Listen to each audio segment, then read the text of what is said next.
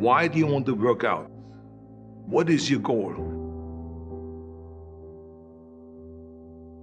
The most important thing is that you have a vision, that you have a goal.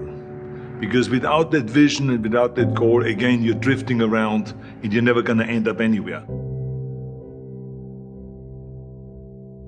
People don't become successful just by accident. You know, I mean, maybe the guy that found gold in California and started the gold rush, but don't count on that. That's the one in a lifetime kind of a situation. So you got to really have a specific goal. And to me, to have that vision that I want to be Mr. Universe, that I want to be the greatest bodybuilder of all time.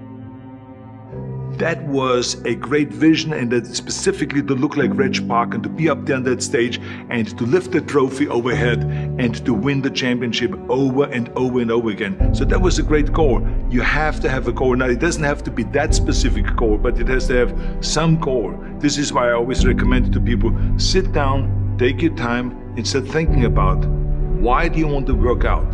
What is your goal? And that can be as crazy as it is. It could be, I want to impress girls. If that's your goal, so be it, but it motivates you. It could be that you're emulating a certain, bodybuilder or a certain football player, a certain boxer, whatever it is.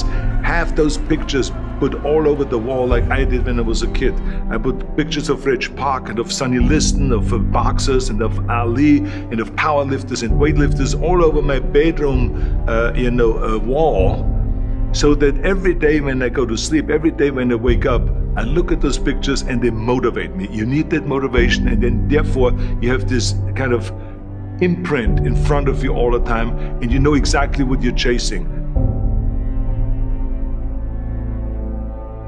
People always come up to me and says, why are you smiling? You're working out 5 hours a day. You're doing the same as the other guys, but the other guys have a sour face. They're pissed off that they have to do another rep or another set or something. I looked forward to another 1,000 reps of sit-ups. I looked forward to another 500 pounds of leg press or squat. I looked forward to doing more and more curls until my arms fall off. Why? Because I knew that every rep that I did and every set that I did and more weights that I lifted, I get one step closer to turning that vision into reality.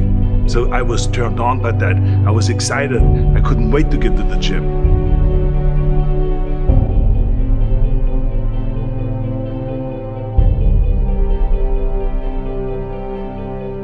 I remember that when I weighed 245 pounds, and Bob Rafelson, the director of Stay Hungry, said to me that I'm interested in having you come in for a reading and work on your acting and all this, because I'm interested in having you in a movie to star with Jeff Bridges and with Sally Fields.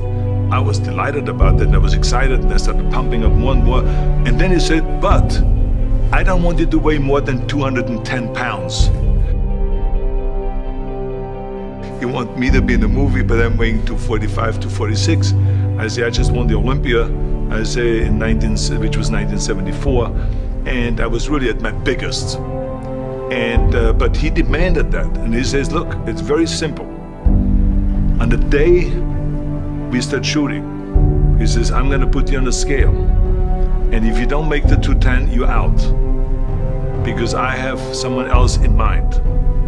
And I worked on it. I started visualizing myself very clearly as a lean athlete, because that's the only way I could lose that weight and all of a sudden get interested in running more, because up until that point I ran like 3 miles after training or before training or whatever, but now all of a sudden it was 5 miles, 6 miles, 7 miles, 8 miles, and they even ran mini marathons in order to lose the weight, and I did everything with high reps, and I was watching my diet, what I eat and all those kind of things.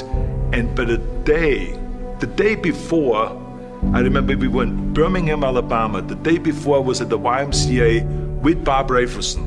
He was swimming and I was working out, and I was running. There was a track there and I was running. He says, let's step on the scale. And I stepped on the scale and I weighed 209. So it just shows to you what is possible if you visualize exactly what you want to look like.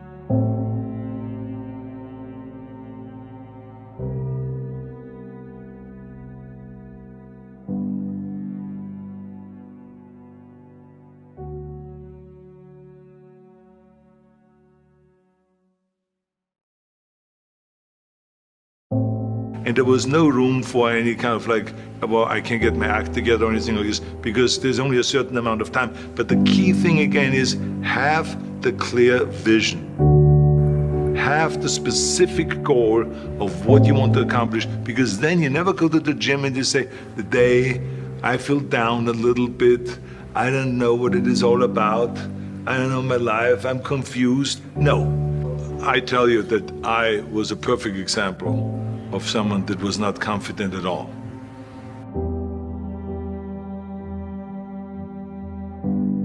I mean, when I was a kid, I was just like any other kid. I had my hang-ups and problems and all this. But when I joined the weightlifting club and I won my first little trophy because I did the best clean and jerk, and then we went to another meet and I won another little trophy, I started feeling like somebody. But the bottom line is, everyone can use the same method, because I used it in politics, I used it in making money, I used it in everything that I've done in the movie business. When you have one little victory, little victories add up, and that is what gives you then ultimately confidence. Well, for me, the most important thing always is to have a deadline. So when I, for instance, had a competition, and let's say the competition was in the middle of September, and it was now beginning of summer, so there was no more time to screw around. So there was the time now to get going on a diet, to get going with the training, to not slack off at all, because there was a deadline there. The day of the competition, I had to be in the best shape possible. And I knew that if I come to the competition and I lose because I did not schedule my training the proper way, or I didn't have the right frame of mind, or I didn't give everything, literally worked my butt off, I would be just so angry. So I never wanted to be in that situation. So this is why it was very important to pick that time and to say, this is when I have to be in top shape, and then to work towards that. But it's not just with the competition. I mean, it's the same in the movie business. I mean, to me, it was always a big advantage when I said, okay, my movie starts on April 1, and I have now 3 months, so I have to get really in great shape. So you pick those times. It could also be that you have no movie and you have no Mr. Olympia or no Mr. America, no Mr. Universe coming up or any of those things. But you say to yourself, the summer starts in June.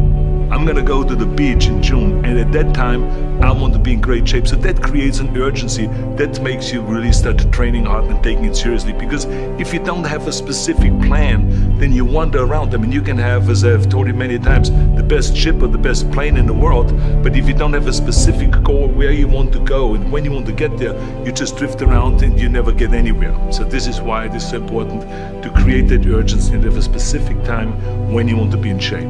Well, I mean, look, everyone has a problem with time, but the day has 24 hours and we sleep 6.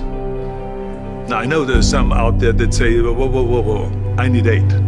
Well, I say just sleep a little faster, because the bottom line is we have 6 hours of sleep, 24 hours are available, so you have 18 hours now available to your work, your family, your hobbies, and also to learn something new or to do something new, which could easily be that you want to learn a new language, or that you want to read as a New Year's resolution, I have to read a book every week, or you say, I'm gonna go and reshape my body.